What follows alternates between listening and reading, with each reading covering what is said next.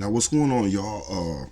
Now, as many of y'all know, I've talked about black on black issues in the past, but today I wanted to talk about some of the outside factors are contributing that are contributing and are still a threat to us today. You know, uh, these factors, they've been around and they are still plaguing us to this day in our communities. And I wanted to revisit some of my own personal experiences, with some of the issues. As for, I like to give a shout out to my mom, because in 1972, they made abortion legal, I guess, nationwide. And I didn't come along till a few years later. So shout out to you, Mom, for making that decision to have me, you know. And I wanted to think about, fast forward to when I was walking into a Planned Parenthood and with my baby mom. And I remember it was a man and a woman out there, and they were reading from the Bible and they was praying for us. Now I was laughing at them. I was laughing like, look at these clowns. Little did I know that they was praying for my eternal soul, y'all. And I think about it now, these days, it means more to me now than it ever did then. I didn't even think about it then, but I do now. When people were praying for my eternal soul. That's kind of deep. Do y'all know who Margaret Sanger is? I mean, the ones that do, they really downplay her or just straight up ignore you. But many people don't know who Margaret Sanger is. She's the founder of Planned Parenthood. And, through her own writings and her own words, her plan was to unalive black people in the womb. I guess even at that time, black people were so strong as adults. They knew, we could get some of them, but they knew for the most part, they couldn't get them all. So her wicked self, I guess wickedly smart, if you want to put it that way, said, we'll kill them in the womb.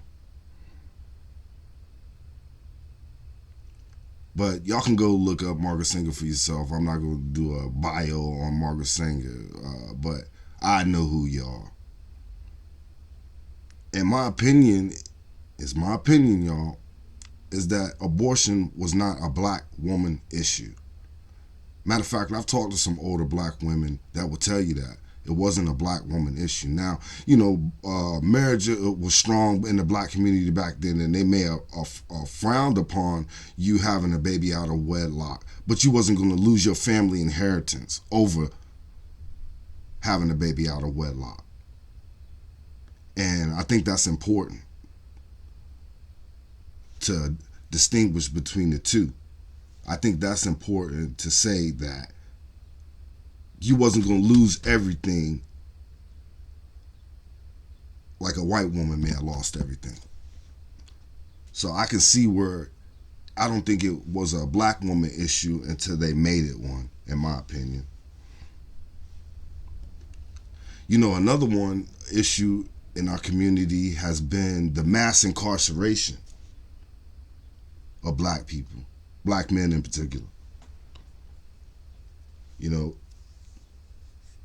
It became such a thing that they used it for profit made off of cheap labor at the expense of black men. But the down effects of it is, I guess time over time, black men became used to prison, going to prison. It's like it's a badge of honor to go to prison in certain aspects. You rather go to prison and do a jank, a stint, than learn anything or do anything. And I think that for them long prison stints and people being in and out of prison for 20, 30 years, and you hear the term before, you become institutionalized. Sometimes people operate better inside them prison walls than they ever would on the streets. I've seen it on a other level, you know. But I think it begs the question of why was that done? Was it mainly just for money? I think it was the psychological aspect of keeping you locked down and somebody over you telling you what you can do all day, every day. That psychological programming, if you will, that forces you to become a different person. Maybe tears your insides out, if some will. From the people I talk to that've been to prison, you know what I'm saying, and they talk about some of the people that lose their minds and lose their sanity. You know, it's not natural for you to be locked up like that. But through mass incarceration, they lock millions of brothers up. Shit. And so much so that some became used to living in that structure. You know, I've had to tell plenty of my homies that got out, you out now. You got to remind them sometimes. Because sometimes they bring some of that prison stuff back home, you know? And I like to be there to try to remind them, hey, you out now.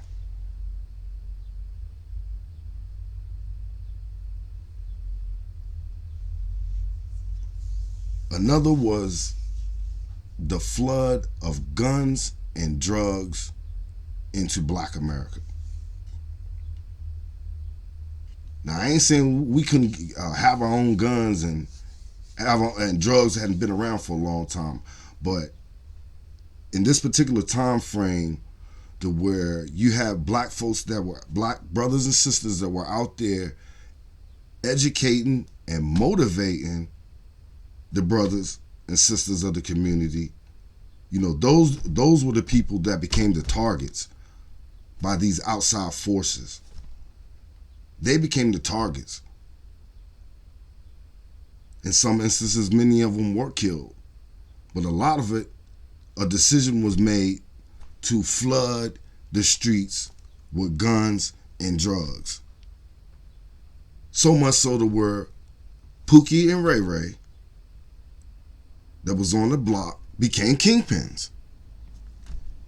And ain't nobody, after that time, ain't nobody gonna listen to you if you got a positive message or you got anything going on where you got a stack of cash, you know? And that's another psychological thing. When you got crackheads and fiends and prostitutes and all kinds of things going from being on the streets to living the life of luxury because of the dope game, how much dope it was out there at that time, I can only imagine. And they was getting a piece of it anyway, so it was all getting money 360 degrees for them. Whether getting money off of the drugs or getting money off of locking them fools up for the drugs. And you keep the cops employed. So it's a win-win-win. The war on drugs. Just say no. I remember that. Fast cash became king, and everybody, it seemed like, is looking for the quick come up, you know? That's what happened. And we're paying for that to this day. Now they promote drugs and drug dealing on TV with shows like Drug Inc. and How to Catch a Smuggler, so you see it visually, even for our young ones today, the way you might want to get into that lifestyle just about what you've seen on TV. I would hope you don't go that route, but you know, they show it from the street dealer to the wholesaler to, they never show the kingpins. They don't catch, they ain't getting close to them kingpins, you know. That's just the thing. You ain't gonna get close to them.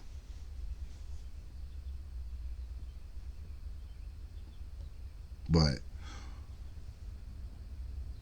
the black community as a whole, we have survived through a lot of shit that they have thrown at us. And I'm not going to mention all the diseases and all that good stuff that's they threw at us too. But that's just another one of the many outside contributing factors to black demise in America.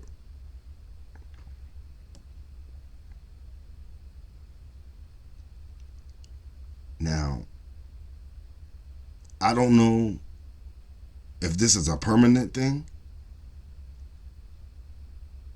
I don't know if there'll be one day there'll be some great awakening amongst black Americans.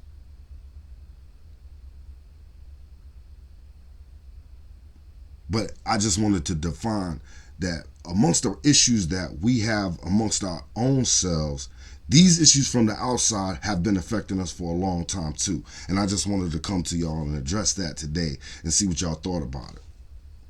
Because that's some wicked shit if you think about it, man. You got abortion, mass incarceration, and drugs and guns. And we ain't at the top of none of those pyramids. You can best believe that. I remember watching that CNN,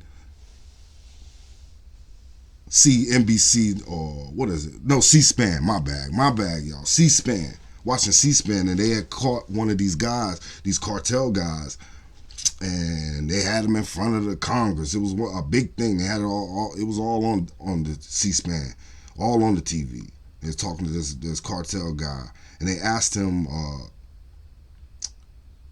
one of the politicians asked the guy, he said, what level is the African American got to in the drug game? He said, has he got to the wholesale level? He said, no wholesale, only distribution. So that let me know even back then that it wasn't no brothers or sisters controlling no fields, if you know what I mean. So the attack on black has been going on for a long time. And I guess we got to decide whether we're going to keep letting some of these factors contribute to our demise. I'm just trying to do my small part, y'all, by just letting you know about certain things that I've come across in my lifetime. But you can let me know what you think about this below. Please do. Once again, it's your boy Chris B. I'll get back with you.